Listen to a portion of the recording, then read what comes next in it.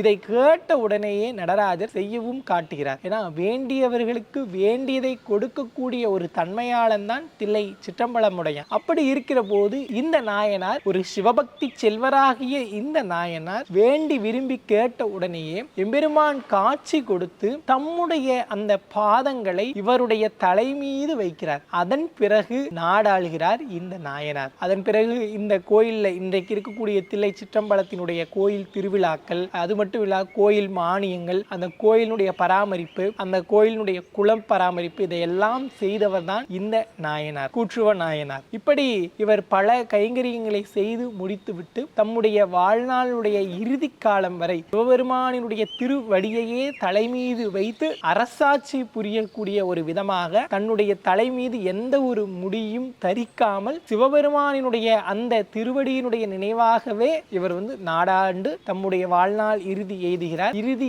எய்திய பிறகு எம்பெருமான் காட்சி கொடுத்து இவரை தம்முடைய பாதங்களிலேயே சேர்த்து கொள்கிறார். இவருக்கு முக்தியையும் வழங்குகிறார். இப்படிப்பட்ட அற்புதமான கூற்றுவ நாயனாரினுடைய வாழ்க்கை வரலாறை சிந்தித்து எம்பெருமானையும் இந்த நாயனாரையும் வழிபட்டு வாழ்க்கையில் எல்லா விதமான நலன்களையும் பெறும்படி அடியார்களை வேண்டி விரும்பி கேட்டுக்கொள்கிறோம்.